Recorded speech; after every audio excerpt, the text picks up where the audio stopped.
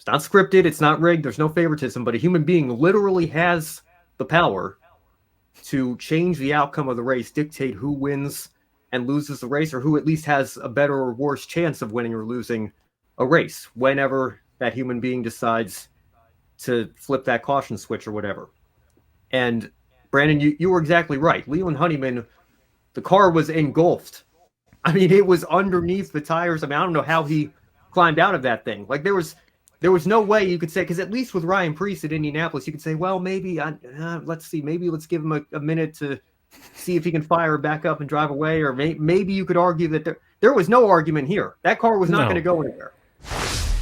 Something completely unrelated to the playoff picture or who's winning or losing this race. It changes the complexion of the playoff battle, right? So Parker Kligerman's going to win this race. He's put in the drive of his life. The one car has had some transmission issues coming onto NASCAR 1 and 2, as it were.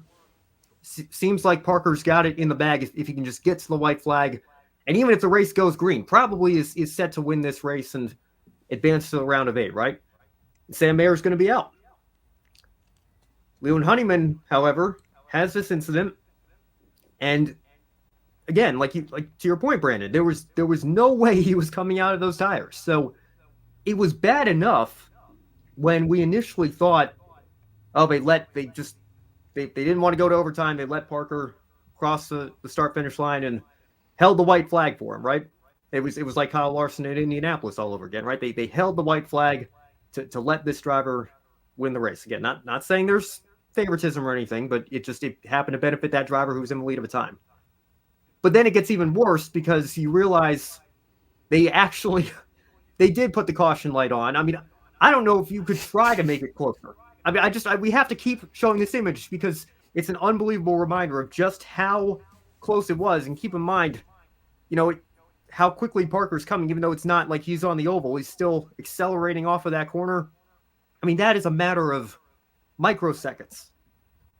And it's just, I don't know. I struggle to come up with the words for how ridiculous it is that we have to come on here once again in a time of the year where we should be talking about, whatever this system wants us to talk about, right? Like underdog stories making it to the round of 8, or who's your championship favorite now. And we'll get into what the playoff picture looks like here in just a moment. Sam Mayer coming off of a disqualification last week and looking like he had to go out and win. And he does that and he beats, look who was second and third, 2 of the best road course racers in the series, right? Maybe the 2 best.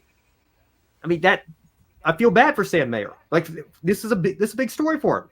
But everybody's talking about race control and whoever was up there in that tower. And like I said, because I posted some videos on Saturday night because I was like, I can't wait 48 hours to give my initial thoughts here because this is too important. But this is part of the reason why I feel like people continue to look at this sport and it's difficult sometimes to take it seriously. I'm sick to my stomach for Parker Kligerman, like you mentioned, Brandon, because I'm not going to say he can't go out and win one of these round of 8 races or even the championship 4, because Parker's a good driver and he's got a good team with him that's going to fight like hell for the next 4 weeks. But you're right. This did feel like his last best chance to get an Xfinity Series win, at least as a full-time driver. And, boy, would he have earned it. My goodness, would he have earned it. I know Colleague kind of messed up SVG's strategy and Van Gisbergen was left out there on old tires. I know Sam Mayer, had that transmission issue, but it looked like when his car was firing off of turn 7, as it should, he had a faster car, and you saw it on the overtime restart. He had the best car at the end. AJ Allmendinger up there as well, a guy who literally had never lost this race. When AJ Allmendinger was in the Charlotte Roval Xfinity race, he was 4 for 4. He had never lost this race. He was ahead of Allmendinger. He was ahead of Mayer, who was driving a better handling, faster car.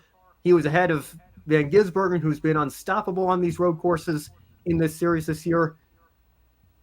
This was going to be one of the most well-earned, well-respected victories in recent history, certainly in this series. I think in all of NASCAR, you can say that.